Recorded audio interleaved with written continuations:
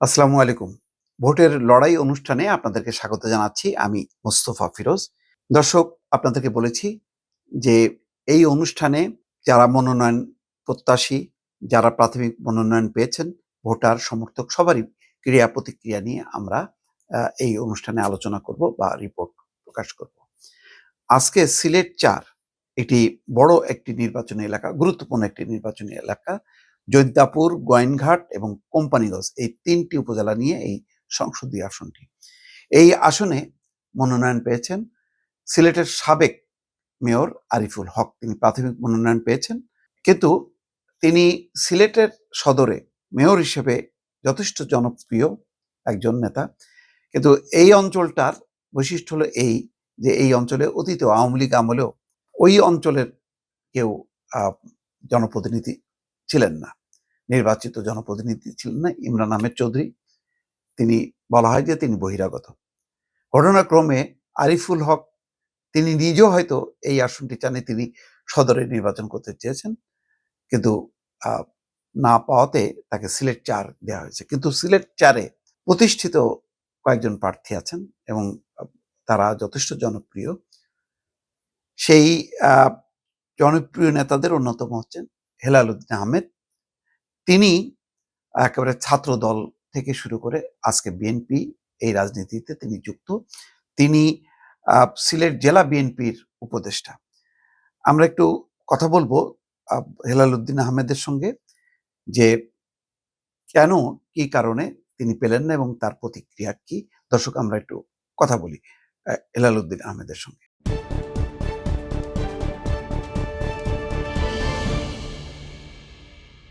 ভোটের লড়াই অনুষ্ঠানে আপনাকে আমন্ত্রণ জানাচ্ছি। হেলাল উদ্দিন আহমেদ, আপনি প্রাথমিক মনোনয়ন পাননি, চূড়ান্ত মনোনয়নের প্রত্যাশা করছেন।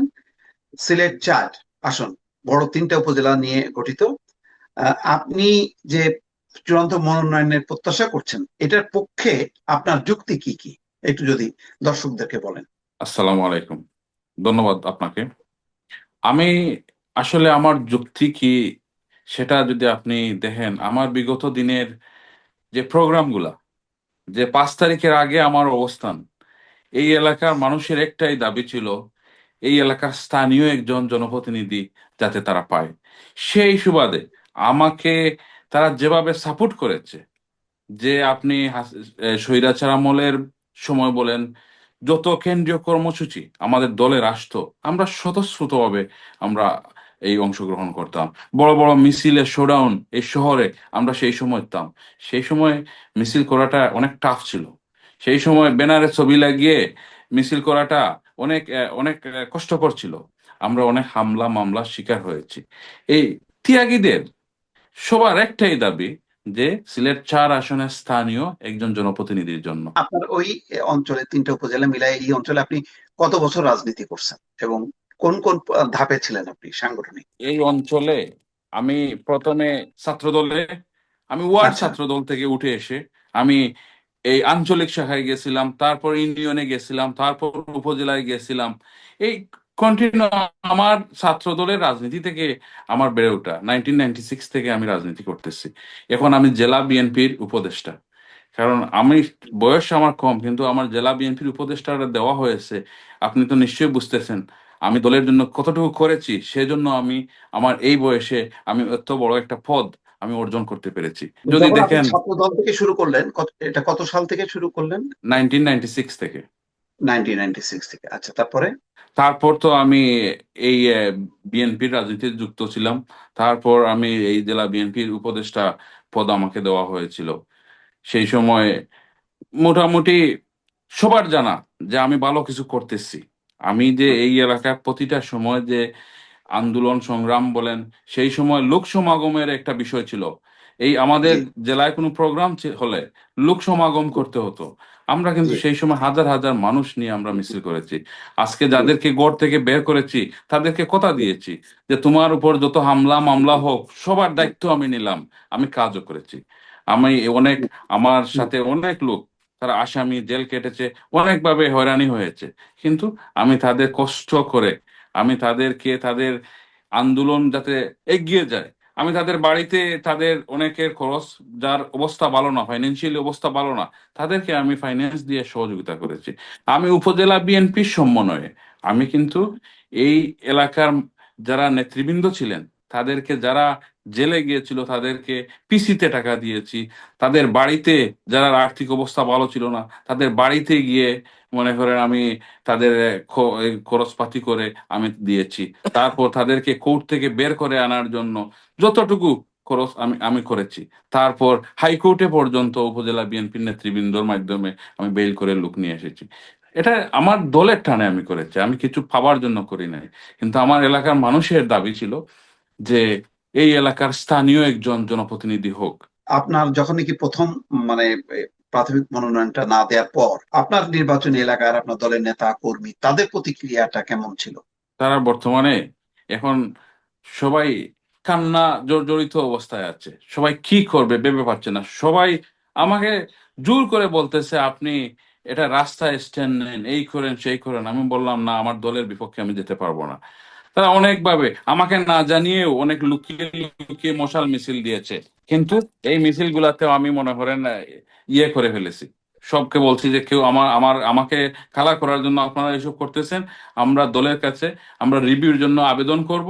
আমরা রিভিউ করে আমরা আমরা জানাবো এলাকাবাসী কি চাচ্ছে। কারণ এখন যিনি এই মনোনয়ন পেয়ে মানুষের উল্লাসিত হওয়ার কথা, কিন্তু আজকে আমাদের সিলেট 4 আসনে মনে হচ্ছে যে এই আসনের নির্বাচনে কোনো আমেজ নেই। আজকে যদি আমি মনোনয়ন পেতাম, আপনি হাজার হাজার মানুষ রাস্তায় থাকতো। কারণ আমি এটা দেখতেছি, এটা সবাই দেখতেছে, জেলার নেতৃবৃন্দ থেকে কেন্দ্রীয় নেতৃবৃন্দ উপলব্ধি করতেছে। একজন প্রার্থী গিয়ে 10 জন 15 জনের একটা মিছিল নিয়ে ওনাকে রিসিভ করতেছে, কেউ যাচ্ছে না। এটা, কারণ এটা হাস্যকর। সবাই, বিএনপি এত বড় একটা দল, সেই বিএনপির দলের একজন প্রার্থী আসলে এলাকায় খবর হয়ে যেত। কিন্তু এখন আমার মনে হয় ছোট দল যারা আছে তাদের চেয়ে আরো নিচে আমরা আছি। এলাকার মানুষ স্বতঃস্ফূর্তভাবে অংশগ্রহণ করতেছে না। আপনি কি রিভিউর জন্য আবেদন করেছেন? হ্যাঁ, আমি আবেদন করেছি। আপনার পক্ষে আর কারা কারা করেছে বা নাকি আপনি শুধু এককভাবে? না, এখানে আমাদের স্থানীয় যারা প্রার্থী আরো ছিলাম, আমরা সবাই হুম, হুম। এখন ঐক্যবদ্ধ হয়ে গেছি। আচ্ছা, সবার কতজন একই ছিলেন? আমরা আরো 2-3 জন আছি, হেভি ওয়েট আমরা 2 জন আচ্ছা, আছি। আর আচ্ছা। বাকি আরো আছে তারা, বাট আমরা সবাই একই ভাবে কথা বলতেছি যে এলাকার জন্য আমরা রিভিউ করি, দেখি দল আমাদেরকে কি সিদ্ধান্ত দেয়। কিন্তু এলাকার মানুষ তো এসব বুঝে না। এলাকার মানুষ, আপনি প্রতিটা এলাকায় আপনি বিএনপি সমর্থক আর বিএনপি সাপোর্টার, জি, এটাই একই ওয়ার্ড। কিন্তু কর্মী যারা, কর্মী থেকে সাধারণ মানুষ, তাদের কাছ থেকে আমরা ভোট নিয়ে আসতে হবে। কিন্তু হুম, সবাইকে আমরা বলে বেড়াচ্ছি আমরা স্থানীয় অধিকার চাই, স্থানীয় অধিকার চাই, সেই বলে বিগত 17 বছর আমরা আন্দোলন করেছি। হুম, কিন্তু এখন যে একদিনও একটা মিটিংও করে নাই আমাদের এলাকায়, সে হুট জি। করে একে মনোনয়ন না পাওয়ায় উনি চাইরে চলে গেলেন, এটা এলাকার লোক ভালোভাবে নিচ্ছে না। হুম। আমাদেরকে অনেকভাবে লজ্জিত হতে হচ্ছে মানে আপনি এলাকার বলতে চাচ্ছেন মানুষের। যাকে দেয়া হয়েছে যে আরিফুল হক, উনি তো আসলে সিলেটের মেয়র ছিলেন। উনি মানে সদরে রাজনীতিটা করেছেন। তিনি জি, আপনার ওই অঞ্চলে পা রাখেননি বা করেননি, তাই তো? মানে এটা জি, জি। হচ্ছে এলাকার মানে নেতা কর্মী সহ বা মানুষের একটা ক্ষোভ আক্ষেপ যে কেন মানে ওই এলাকার জনপ্রতিনিধি থাকতে, নেতা থাকতে কেন বাইরে থেকে আনা হলো, এটাই তো। এটাই। কারণ আমরা যারা এই এলাকায় আছি, আমরা যত দুর্যোগ আছে, আপনি দেখেন করোনা বলেন, বন্যা বলেন, যত ধরনের শীতকালীন সময়ে বলেন, প্রতিটা ক্ষেত্রে আমরা কিন্তু স্বতঃস্ফূর্তভাবে দলীয় ব্যানারে আমরা কিন্তু অংশগ্রহণ করেছি। সেই সময় আমাদের একটা দোয়া মাহফিল, শহীদ রাষ্ট্রপতি জিয়াউর রহমানের জেলার প্রোগ্রাম, সিলেট জেলা বিএনপির প্রোগ্রাম, সেটা কিন্তু জেলায় করতে দেওয়া হয় নাই। সেটা আমার এই সালুটু করে আমি আমার এলাকায় আমি জোর করে নিয়ে সেই জায়গায় করেছি। সেই সময় আমার বাড়িতে হামলা হয়েছে, আমার এই পুলিশ আমাকে অনেক ধরনের থ্রেটিং করেছে। আমরা জোর করে প্রোগ্রাম করেছি। মনে হয়েছিল হাজার হাজার পুলিশ, 5টা থানার পুলিশ এক জায়গায় জড়ো করে আমাদেরকে পন্ডু করতে চেয়েছিল। কিন্তু 2022-এর কথা বলছি।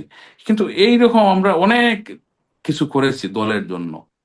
এই 28 তারিখের পরে এই মিছিল করা একটা কষ্টকর ছিল, কিন্তু আমরা অনেকভাবে মানুষকে বাসায় তাদের বাবুর্চি রেখে, তাদের রান্না বাড়া করে, তাদেরকে পিকেটিং এর জন্য এই বাসা থেকে পাঠাতাম, আবার ব্যাক করে নিয়ে আসতাম। আমরা করেছি অনেক কিছু, কিন্তু এখন মানুষের কথা হচ্ছে যারা করলো তারা এটা পেলো না, কি মেসেজটা গেল আমরা বুঝতে পারতেছি না। এখানে আবার জামাতের একজন শক্ত প্রার্থী আছে, উনি জেলা আচ্ছা। জামাতের সেক্রেটারি। উনি আচ্ছা। এইটা আওয়াজ তুলতেছে, এখন উনি বলতেছে সয়েল অফ সন। উনি সেটা এখন উনি পাবলিকদের খাওয়াতে চাচ্ছে, যে এখন মানুষের চিন্তাধারা হচ্ছে যদি একজন যদি এখানে এসে যদি জুড়ে উড়ে এসে জুড়ে বসে, তাহলে তো আমাদের আর অস্তিত্ব থাকবে না। কারণ এখান থেকে আমরা এমন এক প্রার্থীকে বিদায় দিয়েছি যিনি পাকিস্তান বংশোদ্ভূত ছিল। উনি শেখ হাসিনার বান্ধবীর হাজবেন্ড ছিল। আমি জানি আচ্ছা। না, লোকজন বলে যে ইমরান আহমদ উনি আজীবনের জন্য এখানে বরাদ্দ ছিল, যে যাই বলুক, আচ্ছা। ওনার বাড়ি পাকিস্তান। কিন্তু হুম, এই যে মানুষ ক্ষিপ্ত ছিল যে একটা হুম, বাহিরের ক্যান্ডিডেট, উনি করতো কি, এলাকায় আসতে হলে যদি 6 মাসে একদিন আসে, হুম, মন্ত্রী হুম, হয়েছিলেন, উনি 6 মাসে একদিন আসলে কয়েক ঘন্টার জন্য উনি শিডিউল দিত, পয়েন্টে পয়েন্টে লোক শুধু সালাম দিত, আর আচ্ছা, কিছু আচ্ছা। না। উনি সালাম নেওয়ার জন্য আসতো। হুম। তো সবাই মনে করতেছে এইরকমই সিস্টেম হয়ে যাবে। মানে একই পরিস্থিতির একটা ভিন্ন রূপ। ভিন্ন রূপ। এখন বুঝতে পারছি। এটা এখন হুম, জি, বুঝতে পারছি। এখন আপনি বলেন, যদি ফাইনালি যদি মনোনয়নটা না পান, তাহলে আপনার রাজনৈতিক সিদ্ধান্তটা কি হবে? দেখেন, আমি দলকে ভালোবাসি, সত্যি কথা বলতে, যে একটা সেই দলের বিপক্ষে যাওয়ার প্রশ্ন ওঠে না। হুম, কারণ জি, জি, আমার বাবা 1977 থেকে জি। চেয়ারম্যান ছিলেন ওই এলাকায়। হুম, হুম, সেই সময় থেকে যখন 78 যে সময় বিএনপি প্রতিষ্ঠিত হয়েছিল, জি, সেই জি। সময় শহীদ রাষ্ট্রপতি জিয়াউর রহমানের সিগনেচারের যে ফর্ম আছে, সেই ফর্মের মাধ্যমে হুম, বিএনপি প্রতিষ্ঠার হুম, 4-5 জন লোকের মধ্যে আমার বাবাও একজন ছিলেন। আচ্ছা। আমার বাবাও হুম, কিন্তু সেই এলাকায় 96-এ, তারপর 2001-এ উপনির্বাচনে এই সাইফুর রহমান স্যার আমার বাবাকে বলেছিলেন ইলেকশন করার জন্য। বলতেন কেউ বলবে না কিছু, আমি তোমাকে মনোনয়ন দিতে চাই, কারণ আমার জন্য এটা বার্ডেন হয়ে যায়। কারণ সেই সময় উনি চেয়েছিলেন সাইফুর রহমান স্যার এই এলাকার স্থানীয় কেউ না কেউ দরকার। কারণ শহর থেকে গিয়ে কেউ এলাকার সমস্যা এটা সমাধান করতে পারবে না। জি, আমার বাবা কিন্তু এই উনার মৃত্যুবরণ 2014-তে হয়েছে, কিন্তু উনি জি। সভাপতি থাকাকালীন সময় উনার মৃত্যু হয়েছে। তা আমরা আচ্ছা। বিএনপির বাইরে, আমার ভাই কিন্তু ইলেকশন করেছেন, উনি 2016 বোধহয় উনি দানা শীষের প্রতীকে ইলেকশন করে। তো আমরা আসলে সত্যি কথা বলতে বিএনপি অপমস্তক, আমরা বিএনপির লোক। তো এটা তো প্রশ্নই ওঠে না, কিন্তু এলাকার মানুষ এখন যেভাবে জোর করতেছে, যে যেমন জি। পাবলিকের একটা স্রোত, যে হুম, প্রতিদিন মানুষ মিছিল মিটিং এ যায় না, সবাই শুধু এই ওয়াজ মাহফিলের দিকে এখন ঝুঁকি নিতেছে। আমাদের ভয় হচ্ছে যে এই সিটটা কি আমরা হারিয়ে যেতে যাচ্ছি, কারণ যদি অন্য কেউ এটা নিয়ে যায়। কারণ এটা এলাকার বর্তমান যে পরিস্থিতি বোঝা যাচ্ছে, যে আমরা মনে হয় এটা ধরে রাখতে পারবো কিনা যদি একদম যদি প্রার্থী চেঞ্জ সিদ্ধান্তটা না বহাল করা থাকে। হয়। কারণ বুঝতে পারছি। স্থানীয়র একটা আওয়াজ, এটা চারিদিকে একটা রিউমার হয়ে গেছে যে আমরা স্থানীয় চাই। তারা হুম, অনেকভাবে হুম, স্লোগান তৈরি করেছে, হুম, এটা হুম, যে মনে করেন বহিরাগত চাই না, এটা এটা এটা স্লোগান হয়ে গেছে। কারণ আজকে জি, সবাই চিন্তা করতেছে বাহিরের একজন যদি আসে, এই এলাকার সন্তান কোনোদিন মাথা তুলে দাঁড়াতে পারবে না। মানুষের মাথায় এটা এটা ঢুকে গেছে। এখন অন্য দলের প্রার্থীরা কিন্তু স্থানীয়, কিন্তু হুম, আমরা পাবলিকের কাছে যাই, আমাদের কথা শুনতেছে না। বলছে না, তোমরা এত কষ্ট করে যখন পাও নাই, তোমরা জীবনেও পাবে না। কারণ এখানে যে আসে, সে তার ওয়াইফ, সে তার অবর্তমানে তার ওয়াইফকে নিয়ে আসবে, তারপর তার ছেলেকে নিয়ে আসবে, এটা এটা সিলসিলা হয়ে যাবে। তাই আমাদেরকে মনে হয় এটা আমি বুঝতে পারতেছি না কি করব বা কি হবে। জি, জি, জি। আপনার পরিষ্কার। আহ, দর্শক শুনছিলেন যে সিলেট 4 আসনে একেবারেই স্থানীয়ভাবে রাজনীতি করেছেন একেবারে ছাত্র দল থেকে হেলাল উদ্দিন আহমেদ, যিনি এখন বিএনপির সিলেট জেলার উপদেষ্টা, তার প্রতিক্রিয়া। দর্শক, আমরা বিভিন্ন নির্বাচনী এলাকার এই প্রতিক্রিয়াগুলো, প্রত্যাশাগুলো তুলে ধরবো। আজ এ পর্যন্তই। ভোটের লড়াই অনুষ্ঠান নির্বাচন পর্যন্ত অব্যাহত থাকবে। আমাদের সঙ্গেই থাকুন। আজ এ পর্যন্তই। আল্লাহ হাফেজ।